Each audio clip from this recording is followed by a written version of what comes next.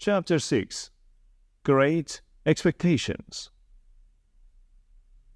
One Saturday evening, when I had been apprenticed to Joe for 5 years, he and I were sitting in the pub with some of the villagers listening to Mr. Whoopso. He was giving a dramatic reading of a newspaper report of a murder trial, and we all enjoyed watching him act the main characters.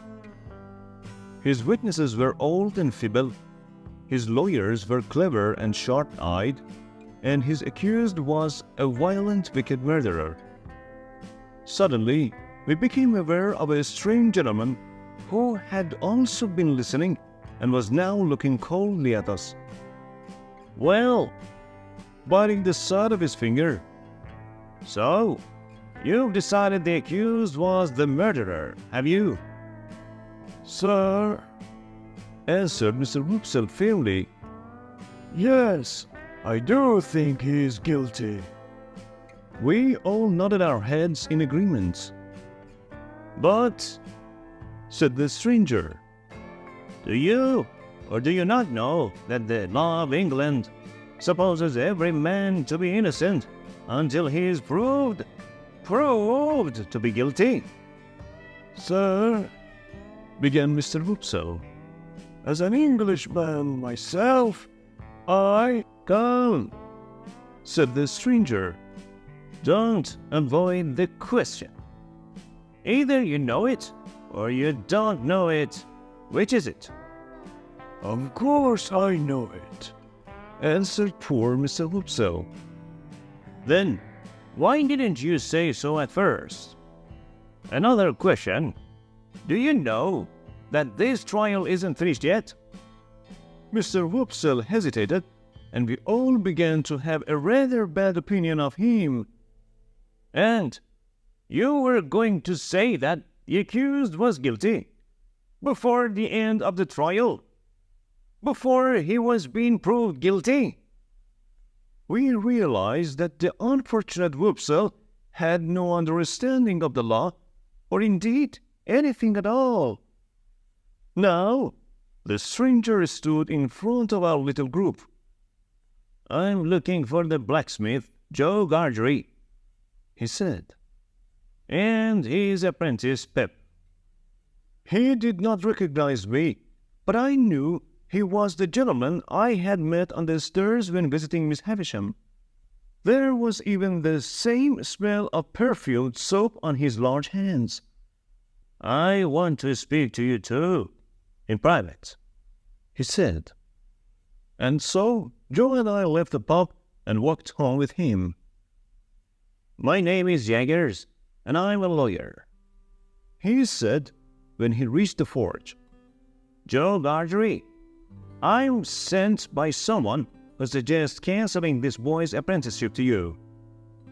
Would you want any money if you lost your apprentice?" "I'd never stand in Pep's way, never," said Joe, staring. "The answer is no." "Don't try to change that answer later," said Mr. Jaggers.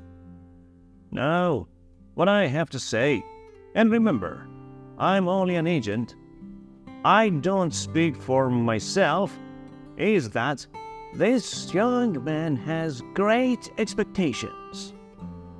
Joe and I gasped and looked at each other. "I have been told to say that he will be very rich when he's older. In addition, the person who sent me wants the young man to be removed from his home and educated as a gentleman who expects to inherit a fortune." My dream had come true. Miss Havisham was making me rich. "Now, Mr. Pip," continued the lawyer, "there are two conditions. The first is that you always use the name of Pip. The second is that the name of the person who has been so generous to you must remain a secret until that person chooses to tell you. You are forbidden to ask any questions or try to discover who the person is. Do you accept these conditions?" My heart was beating fast as I whispered, "Yes." Now, to details. I have been given enough money for you to live the life of a gentleman in London while you are studying. You will come to me to ask for whatever you need. I suggest Mr. Matthew Pocket as a teacher. I remembered that was the name of one of Miss Havisham's relations, the one who did not visit her often. You must buy some new clothes. Shall I leave you £20? He counted 20 coins out of his large purse onto the table. And when can you come to London? Next Saturday? I agreed, feeling very confused. He looked at Joe, who seemed even more confused. Well, Joe Gargery, perhaps. I only say perhaps. I promise nothing, he said, throwing his purse carelessly from one hand to another. Perhaps I've been told to give you a present when you lose your apprentice. Joe put his great strong hand on my shoulder in the gentlest possible way. Ted can go freely to fortune and happiness. He knows that. But if you think that money can ever pay me back for losing the little child who came to the forge and always the best of friends, he could not continue. Dear good Joe, I was so ready to leave you and so ungrateful to you. I can see you now with your strong blacksmith's arm in front of your eyes and your shoulders shaking and tears on your cheeks. But at the time, I was so excited by my good luck that I forgot what I owed to Joe. Mr. Jaggers clearly thought Joe was a fool for refusing money and left the house, reminding me to go straight to his office in London in a week's time. Joe told Biddy what had happened. They were very quiet and sad at first, because I would be leaving them, but I promised I would never forget them and would often return to visit them. Biddy tried to explain the good news to my sister, but the poor woman could not understand.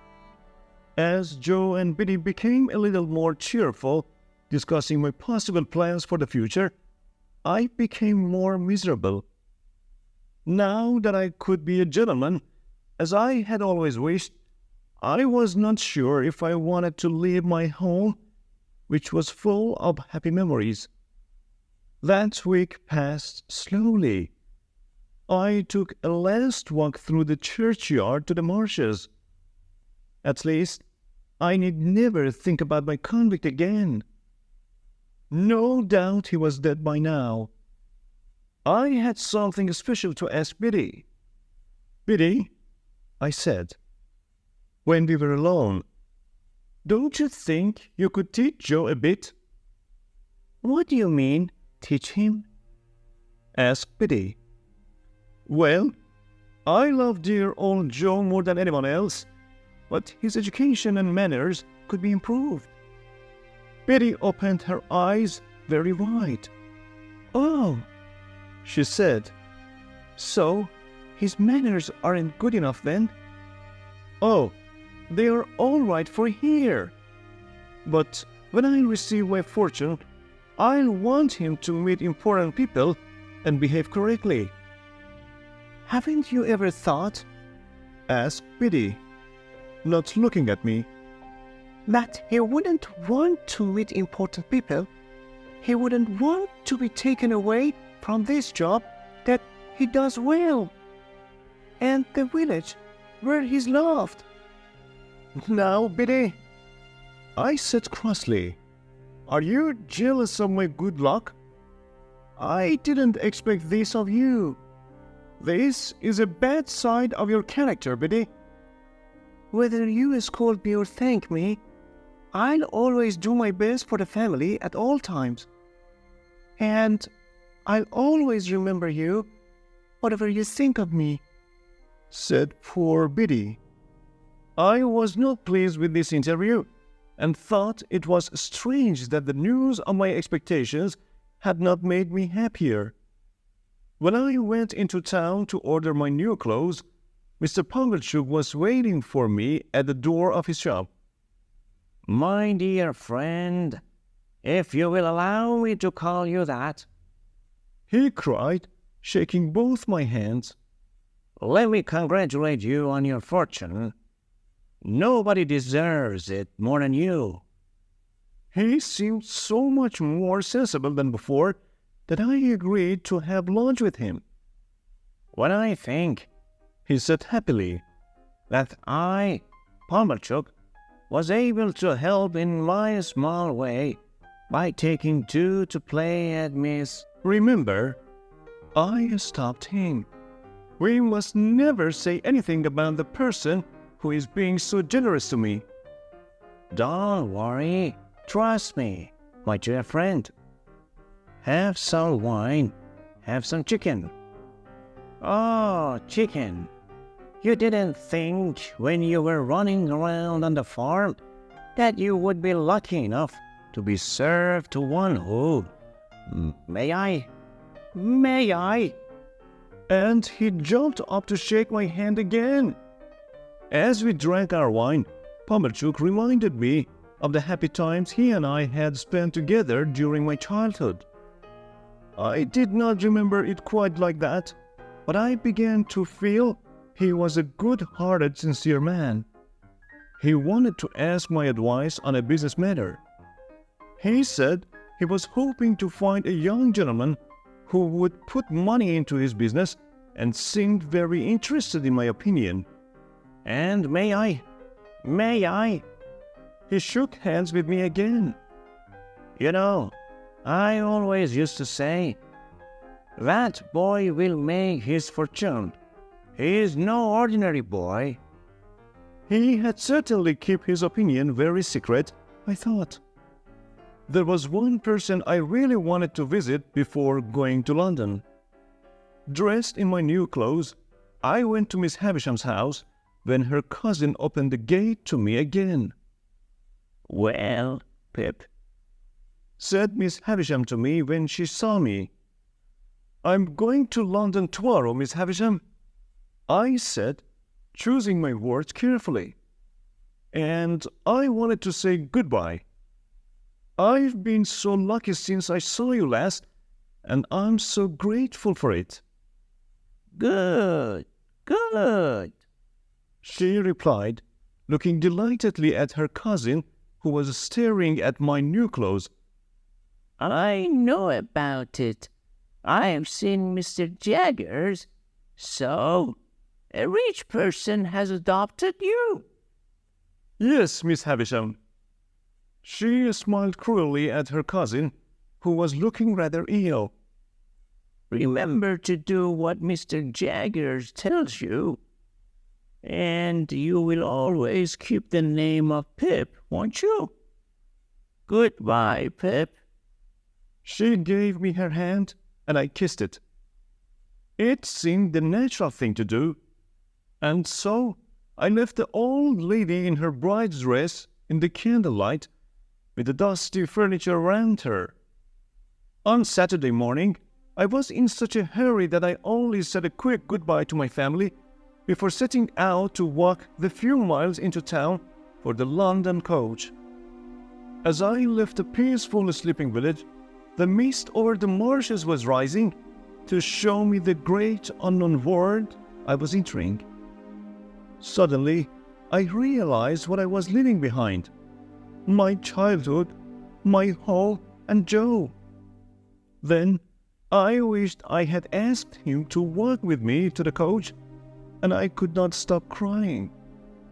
Whenever the horses were changed on the journey, I wondered with an aching heart whether to get down and go back to say goodbye properly.